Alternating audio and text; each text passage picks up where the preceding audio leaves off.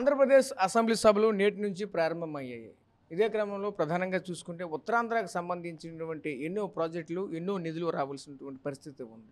ప్రస్తుతం చూసుకుంటే ఉమ్మడి విజయనగరం జిల్లాకు సంబంధించినటువంటి ఎన్నో హామీలు అయితే ఇచ్చారు. ఇంతవరకే ఏది కూడా లేనటువంటి పరిస్థితి కనిపిస్తుంది. అభివృద్ధి పరంగా పూర్తిగా నత్తనడకగా సాగుతున్న పరిస్థితి కనిపిస్తుంది. ఈరోజు అసెంబ్లీలో ఎన్నో బిల్లులకు సంబంధించినటువంటివి చర్చిస్తే తప్ప కానీ ఏవి కూడా ముందుకు వెళ్ళని పరిస్థితి కనిపిస్తుంది. ముఖ్యంగా చూసుకుంటే ఒకవైపు ఇరిగేషన్ ప్రాజెక్టులు కావచ్చు, అలాగే యువతకి ఉద్యోగ అవకాశాలు కల్పించడం కావచ్చు, అలాగే మరోవైపు చూసుకుంటే ఎక్కువగా ఇండస్ట్రీల పైన ఆధారపడినటువంటి ప్రాంతం కాబట్టి ఒకవేళ ఆ సంబంధించినటువంటి కూడా కావచ్చు. ప్రస్తుతం చూసుకుంటే ఏ ఒక్క అంశాన్ని గురించి కూడా ప్రస్తావించిన పరిస్థితి కనిపిస్తున్నాయి. అయితే ఇంతవరకు కూడా చూసుకుంటే ఇప్పుడు ఈ రోజు నుంచి జరగబోతున్నటువంటి అసెంబ్లీ సమావేశాలు దేని గురించి చర్చించబోతున్నారు, అసలు ఈ అసెంబ్లీ సమావేశం ఏ విధంగా వెళ్ళబోతుంది, ఇందులో భాగంగా ఉత్తరాంధ్ర ప్రజలైతే ఎన్నో ఆశలు పెట్టుకుని ఉన్నటువంటి ఆశల పల్లకి నెరవేరుతుందా లేదా అనే విషయం అయితే ఇంకా ఎదురు చూడని పరిస్థితి కనిపిస్తుంది. దీనిలో భాగంగా ముఖ్యంగా చూసుకుంటే ఉమ్మడి విజయనగరం జిల్లాకు సంబంధించినటువంటి ఎటువంటి విషయాలపై చర్చించాలి, ఏ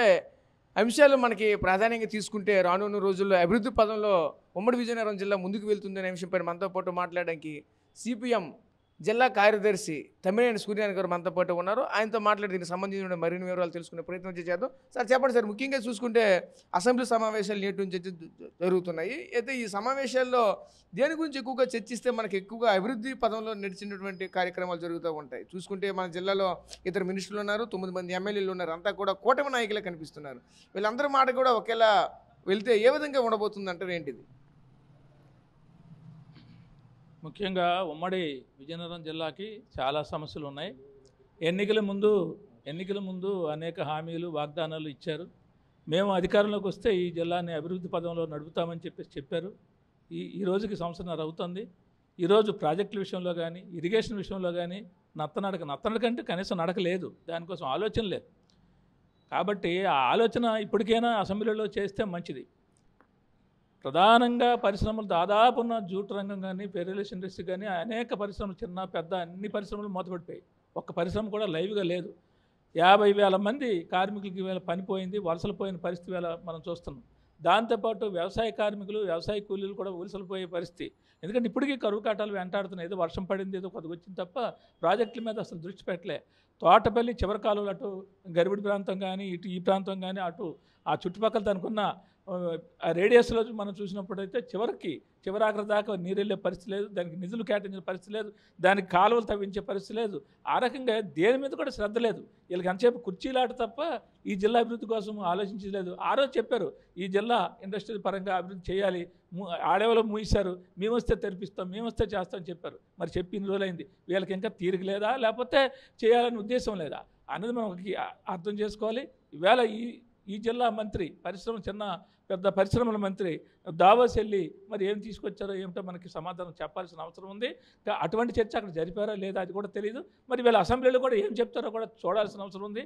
ఈరోజు ఉల్లి ధర, టమాటా ధర పడిపోయి ఈ రాష్ట్రంలో చాలామంది ఇబ్బంది అసలు యూరియా దొరక్క నానా అవస్థలు పడుతున్నారు. దీని మీద కూడా కనీసం ఆలోచించే పరిస్థితి లేదు. ఎక్కడికెక్కడ పేపర్ ప్రకటనలు, కలెక్టర్ల ఆదేశాలు ఇవి చెప్పడం తప్ప వాస్తవానికి రైతు పడుతున్న బాధకి ఫలితంగా యూరియా ఇస్తే, ఈ టైం అందిస్తే ఆ పంటకి వేస్తే పంట ఏపుగా పెరుగుతుంది. కాబట్టి కనీసం యూరియా కూడా ఇవ్వలేని పరిస్థితిలో ఈవేళ మీరు ఉన్నారు అని అంటే ఈ ప్రభుత్వం ఏం చేస్తుంది, కూటమి ప్రభుత్వం నాయకులు ఏం పరిపాలన ఏ రకంగా చేస్తున్నారు అన్నది ప్రజలకు అర్థమవుతూ ఉంది. కాబట్టి ఈరోజు అసెంబ్లీలో ఉన్న ముఖ్యమైన అంశాలు మీరు బహుశా నాకు తెలిసి ఇప్పుడు అనుకుంటారు, మేము తల్లికి వందనం, లేకపోతే సుఖీభావ ఇలాంటివి మనం చేసాం, సూపర్ 6 పథకాల్లో బస్సు ఫ్రీగా ఇచ్చాం, ఇవన్నీ ఇచ్చారు. మీరు చెప్పి చేయాలి. ఈపాటికి కాదు, మొదటి సంవత్సరంలో జరగాలి. ఇవన్నీ వచ్చిన వెంటనే మెగా డిఎస్సి ఇవన్నీ కూడా ఎప్పుడు జరగాలి, ప్రారంభంలో జరగాలి. మరి ఇప్పుడు సంవత్సరం అయింది, ఇప్పటికే చేశారు, పూర్తిగా ఆచరణకు వచ్చే పరిస్థితి లేదు. గ్యాస్ సిలిండర్లు అన్నారు, గ్యాస్ సిలిండర్ కూడా చెప్తున్నారు మీరు, ఆ సిలిండర్ కూడా 1 నెల చేశారు, ఇప్పుడు దానికి పథకం స్కీమ్ పెడతామని చెప్తున్నారు. అంటే మీరు చెప్పిన దాంట్లో ఒకటి సక్రమంగా అమలు జరిపిన పరిస్థితి లేదు. ఇవాళ పెన్షన్లు చూస్తే గోల పెన్షన్లు హ్యాండిక్యాప్డ్ ఎవరైతే ఈ వికలాంగులు ఉన్నారో వాళ్ళైతే రాజకీయ కారణాలు కావచ్చు, ఏ కారణాలు కావచ్చు, ఒకసారి తీసుకున్న తర్వాత ఈరోజు ఆ రోజు ఎలా ఇచ్చారు ఏమిటో అధికారులు చూసే ఇచ్చారు. ఈ రోజుకి వచ్చేసరికి మీరు రాజకీయాలు మనసులో పెట్టుకొని వీళ్ళంతా వైసీపీలోనో లేకపోతే మా పార్టీ కాదనో ఇంకొక రకంగా ఆ రకంగా వికలాంగులకి ఈరోజు తీవ్రమైన క్షోభ మిగిల్చారు. అంటే మీరు వచ్చి ఇవన్నీ చేయడానికి వచ్చారా? గతంలో ఉన్న అంగన్వాడీలు కూడా అక్కడ మనం చూస్తే వాళ్ళ పార్టీ కాకపోతే వెంటనే తీసేయడం, వేధించడం, ఇబ్బందులు పెట్టడం. ఈ మినిస్టర్ గారు ఇలాకాలోనే ఆ రామన్నపేట ఆయా మీద దాడి చేశారు. దాడి చేయడం అంటే తొలగించారు, ఎందుకంటే పార్టీ కాదు. అంటే ఇటువంటివన్నీ ఉన్న ఉద్యోగాలు ఓడగొట్టడం తప్ప, ఉన్న ఉపాధి లేకుండా చేయడం తప్ప ఈ జిల్లా అభివృద్ధి కోసం ఆలోచించింది కనీసం ఏమైనా ఉందా అడిగితే మీ దగ్గర సమాధానం లేదు. ఎందుకు లేదంటే మీరు చేసింది ఏమి లేదు, అంత శూన్యం. మీరు పర్యటనలు షికార్లు తిరగడం తప్ప. ఇప్పుడు ఎంఎస్ఎంఈ పార్కులు అన్నారు. ఎంఎస్ఎంఈ పార్కులకి మేము గతంలో కూడా చెప్పాం, చాలా చోట్ల ప్లేసులు ఉన్నాయి, అనేక స్థలాలు. ఇప్పుడు ఇది బొబ్బిల్లో 100 ఎకరాలు 1100 ఎకరాలు సుమారు తీసుకొని 84 తీసుకున్నారు. ఈ రోజుకి ఒక్క పరిశ్రమ కూడా బతికి బట్ట కట్టలేదు. కొన్ని పరిశ్రమలు వచ్చినాయి, వాళ్ళకి లోన్లు ఇచ్చారు, ప్రభుత్వం దగ్గర డబ్బులు తీసుకున్నారు, బోర్డు పెట్టేసి పోయారు. ఈ రోజుకి అక్కడ ఒక పరిశ్రమ తిరగడం లేదు. దాదాపు ఆ భూమి అంతా తీసుకున్నారు. ఇక్కడ జిందాల్ దగ్గర భూమి తీసుకున్నారు. ఇప్పటికీ రైతులు పోరాడుతున్నారు. వాళ్ళకి ఎటువంటి ఇప్పుడు ఎంఎస్ఎం పార్కులు ఇప్పుడు అంటున్నారు. ఎన్నేళ్ళు అయింది? 18 ఏళ్ళు అయింది. ఇప్పుడు దాకా ఏం చేశారు? గతంలో కూడా వచ్చారు, మీరు అధికారులు ఉన్నారు, తెలుగుదేశం ఉంది, మధ్యలో వైసీపీ వచ్చింది, మళ్ళీ మీరు ఇప్పుడు వచ్చారు. కానీ అప్పుడు కానీ ఇప్పుడు కానీ చేస్తామని చెప్పడం తప్ప మీరు అధికారులు ఉన్నప్పుడు ఏం చేశారు? మీరు అంతే, వైసీపీ అంతే. వైసీపీ కూడా ఏం మినహాయింపు లేదు. కానీ వీళ్ళకి రాష్ట్రంలో వెనకబడిన జిల్లా ముఖ్యంగా విజయనగరం జిల్లా, ఉమ్మడి విజయనగరం జిల్లా, ఈ జిల్లాకి నీటి వనరులు అనేకం ఉన్నాయి, పుష్కలంగా ఉన్నాయి. మరి నీటి వనరులు ఎందుకు ఉపయోగించరు? తాటిపొడి నీరు ఎక్కడికో తీసుకుపోతారు విశాఖపట్నం, వెళ్ళనియండి. మా ఇలాకాలో నీరు తీసుకెళ్ళి అక్కడ పట్టుకెళ్తున్నారు. ఎందుకని పోలవరం తీసుకురారు? పోలవరం పని ఎప్పుడు పోలవరం అంటారు. ఉత్తరాంధ్ర సునీల్ శ్రవంత్ అంటారు. ఒక్క అడుగు ముందుకేయడం. 14 కోట్లు 20 కోట్లు సునీల్ శ్రవంత్కి కేటాయిస్తున్నారు. 7,000 కోట్ల పైన అయితే కానీ అది అవ్వదంటే సంవత్సరానికి 15 కోట్లు కేటాయించడం బడ్జెట్లో. ఆ డబ్బులు వీళ్ళు తిరగడానికి ఇక ఇది జరుగుతుంది తప్ప అభివృద్ధి కోసం ఆలోచించే పరిస్థితి లేదు. దేని మీద ఖచ్చితంగా నిధులు ఇచ్చి అభివృద్ధి చేసిన పరిస్థితి లేదు. మనం చూస్తే ఒక్కటంటే ఒక్కటి, మీకు విజన్ ఉందా అని మేము అడుగుతున్నాం, మీకు ఆలోచన ఉందా అని అడుగుతున్నాం. మీకు నిజంగా విజన్ ఉంటే ఈ వెనకబడిన జిల్లాకి చేయాల్సింది చాలా చేయొచ్చు. కాబట్టి నీటి ప్రాజెక్టుకి వర్షపాతం కూడా ఎక్కువే, నదులు ఎక్కువ, చెక్ డ్యాములు ఎక్కువ, చిన్న పెద్ద గడ్డలు కాలువలు అనేకం ఉన్నాయి. కానీ ఈ రోజుకి నీరు లేక సంక్షోభంతో ఇబ్బందులతో రైతు పార్వతీపురం ఏరియా కొంత వాటర్, ఎందుకంటే ఏజెన్సీ దగ్గర కాబట్టి వర్షాలు కలిస్తే వర్షాధారం తప్ప ప్రభుత్వం చేసిన ఈ ప్రాజెక్టుల అభివృద్ధి కానీ నీరిచ్చే పనిలో కానీ ఎక్కడ కూడా ఈ ప్రభుత్వం ఆలోచన చేయడం లేదు. ఇది పూర్తి దుర్మార్గం.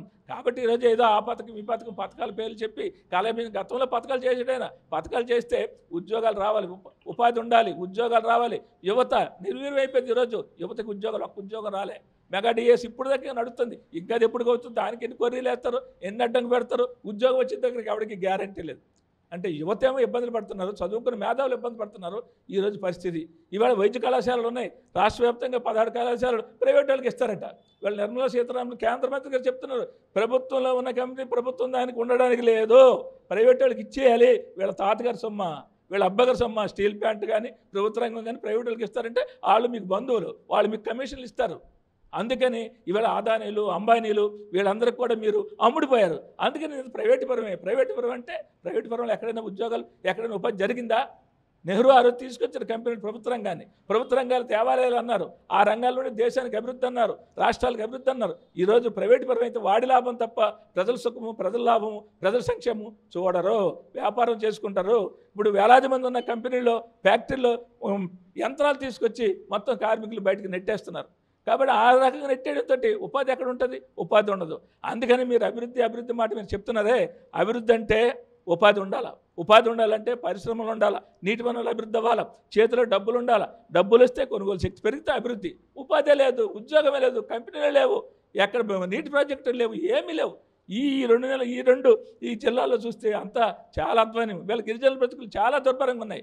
వైద్యం ఆరోగ్యం పరిస్థితి క్షీణించిపోయింది. వైద్యం ఆరోగ్యం వాడు పట్టించుకోవడం లేదు. ఎన్ని సావులు వస్తున్నాయో, ఎంతమంది చనిపోతున్నారు, జబ్బులు, జ్వరాలు, రకరకాల జబ్బులతో, వ్యాధులతో చనిపోతుంటే ఇంకా భూములు కావాలని చెప్పేసి రామభద్రపురం ఉందో అక్కడ ఒక 200 ఎకరాలు తీసుకుంటున్నారు. అక్కడ ఇప్పుడు నియోజకవర్గానికి ఒక ఎంఎస్ఎంఈ పార్కు కావాలట. ఇప్పుడు ప్రతిపాదన అంటే ఆ పేరు మీద భూములు లాగేసుకొని, భూములను పోగేసుకొని రియల్ ఎస్టేట్కి అప్పచెప్తారు. కానీ ఇప్పుడు భూములు లేవా తీసుకుని చాలా తీసుకున్నారు. భోగాపురం తీసుకున్నారు 2500 2700 తీసుకున్నారు. 2000లోనే కట్టారు. 500-600 అక్కడ ఖాళీ ఉన్నాయి. ఈ రకంగా చూసినప్పుడు ఈ పేరు మీద వందల వేల ఎకరాలు తీసేసుకోవడం, ఒక దగ్గర పెట్టుకోవడం, కార్పొరేట్లకి ఆదాయాలకి అమ్మలకి వాళ్ళకి రియల్ ఎస్టేట్ వ్యాపారం చేసుకోవడం తప్ప భూములు తీసుకున్నందుకు దాని మీద ఉపాధి వచ్చే విధంగా ఫ్యాక్టరీలు పెట్టి అభివృద్ధి చేసి పెట్టుబడి పెట్టి ఆ రకంగా ముందుకెళ్లే పరిస్థితి కనబడలేదు. అందుకని ఇవన్నీ నంగనాచి మాటలు, తప్పుడు ధోరణులు, ఈ ధోరణులతో ప్రజల్ని మాయ చేస్తున్నారు, మభ్య పెడుతున్నారు. అయితే ప్రజలు అమాయకులు కారు. ప్రజల్ని చైతన్యపరుస్తాం. వామపక్షాలుగా సిపిఎం పార్టీగా ఇప్పుడే అనేక రాష్ట్ర వ్యాప్తంగా చూస్తున్నాం. మన కరేడు పోరాటం, పెద్ద పోరాటం జరుగుతుంది. ఈ రకంగా రాష్ట్రంలో అనేక అనుభవాలు, ఈ జిల్లాలో కూడా పోరాటాలు జరుగుతున్నాయి. ఎందుకంటే మీరు పరిశ్రమలు కట్టకపోతే, మీరు అభివృద్ధి చేయకపోతే, మేము రైతులకు నీరు ఇవ్వకపోతే, రైతులకు యూరియా ఇవ్వకపోతే చూస్తూ రైతులు కూడా ఊరుకోరు, మేము ఊరుకోము. కాబట్టి మీరు ఆలోచించాల్సింది రైతు సంక్షేమం, ప్రజల సంక్షేమం. ఈ జిల్లాలో అభివృద్ధికి పరిశ్రమలు కావాలి, ఇరిగేషన్ పెట్టుబడి ఇది నిధులు కేటాయించాలి, ప్రాజెక్టులు పూర్తి చేయాలి. ఇవన్నీ చేస్తే సమగ్రంగా నీరు అందితే రైతు బాగుంటాడు. సమగ్రం పరిశ్రమ పెడితే అందరికీ ఉపాధి ఉంటుంది. వలసలన్నీ ఈ జిల్లా నుండి వెళ్ళే పరిస్థితి ఉండదు. కాబట్టి ఇవేమీ చేయకుండా దావోసు వెళ్ళాను, అక్కడికి వెళ్ళాను, ఇక్కడికి వెళ్ళానంటే ఇప్పుడు కూడా మీరు చెప్పాలి. దావోసు వెళ్ళాను కాబట్టి ఇదిగో ఇన్ని పరిశ్రమ వచ్చినాయో లేదా ఇది చేస్తామని మీరు ఎప్పుడైనా ప్రకటించండి. అయితే ప్రకటన చేయడానికి ఏమైనా వస్తాయని చెప్తున్నారు. చంద్రబాబు నాయుడు కూడా సమ్మిట్లు పెడుతున్నాం, సమావేశాలు పెడుతున్నాం, వేలాది మంది వచ్చేస్తున్నారు, పారిశ్రామికవేత్తలు వస్తున్నారు. గతంలో నాశనం అయిపోయింది, వాడి వల్ల అన్ని పోయింది అంటున్నారు. మీరు వచ్చి సంవత్సరం అయింది, ఎన్ని తెచ్చారు? ఇప్పుడు చంద్రబాబు నాయుడు గారు చెప్పాలి, మినిస్టర్లు చెప్పాలి, జిల్లా మంత్రులు చెప్పాలి, ఈ జిల్లాకి ఏం చేశారో ఈ కాలంలో మీరు చెప్పాలి. అది మేము అడగదలుచుకున్నాం సిపిఎం పార్టీగా. కాబట్టి ఇప్పటికైనా ప్రజల మీద చిత్తశుద్ధితో ఏ ప్రజలైతే ఓట్లేశారో, ఏ ప్రజానీకమైతే మిమ్మల్ని నమ్ముకున్నారో ఆ ప్రజలకు న్యాయం జరగాలంటే ఖచ్చితంగా ఈ జిల్లాకు పరిశ్రమలు రావాలి, ఇరిగేషన్ పరంగా అభివృద్ధి చేయాలి, నిధులు కేటాయించాలి. మిగతా మీరు ఇచ్చిన హామీలు, సూపర్ 6 హామీలను కూడా అమలు చేస్తే మేము నమ్ముతారు, లేకపోతే మిమ్మల్ని గోదావరిలో కలుపుతారని చెప్పేసి ఈ సందర్భంగా హెచ్చరిస్తాం. అంటే ముఖ్యంగా చూసుకుంటే అసెంబ్లీ సమావేశాలకు వీళ్ళు ప్రతిపక్షం కూడా పూర్తిగా వెళ్ళినటువంటి పరిస్థితి కనిపిస్తుంది. దీన్ని ఏ విధంగా చూడాలి అంటే ఈరోజు చూస్తే పూర్తిగా జగన్మోహన్ రెడ్డి పూర్తిగా ఎవరు వెళ్ళలేదు, ఆల్రెడీ ప్రకటించారు కూడా ఎవరు కూడా మేము వెళ్ళమంటూ. దీన్ని ఏం చెప్పాలి ఏంటి? ఇది సరైనది కాదు. మేము చెప్పదలుచుకుంటే ఏంటంటే అసెంబ్లీ మనం 11 మంది మీ ఎమ్మెల్యేలు ఉన్నారు. మరి వెళ్తే ఆ ప్రాంతాల్లోనే కాదు, ఒక్క మీ ఆ నియోజకవర్గానికే కాదు, రాష్ట్రంలో జరుగుతున్నటువంటి అవకతవకలు కానీ, ఇప్పుడు మెడికల్ కాలేజీ మీద ఏదో యాక్టివిటీ తీసుకున్నారు, మంచిదే. కానీ అది అడగాలంటే ఎక్కడ వేదిక అదే. ఆ వేదిక మీరు చెప్పాలంటే ప్రజలకి తెలుస్తుంది, చూస్తారు, మీరు గట్టిగా నిలబడి ఇదానికి అది ఒక అవకాశం. ఉన్న తక్కువ మంది అయినా సిపిఎం సిపిఐ ఒక్కొక్కడు ఉన్నా కానీ అసెంబ్లీలో మొత్తం ప్రజల సమస్య మీద దున్నుమాడేవారు. ఖచ్చితంగా దాని మీద చర్చ జరిగేది.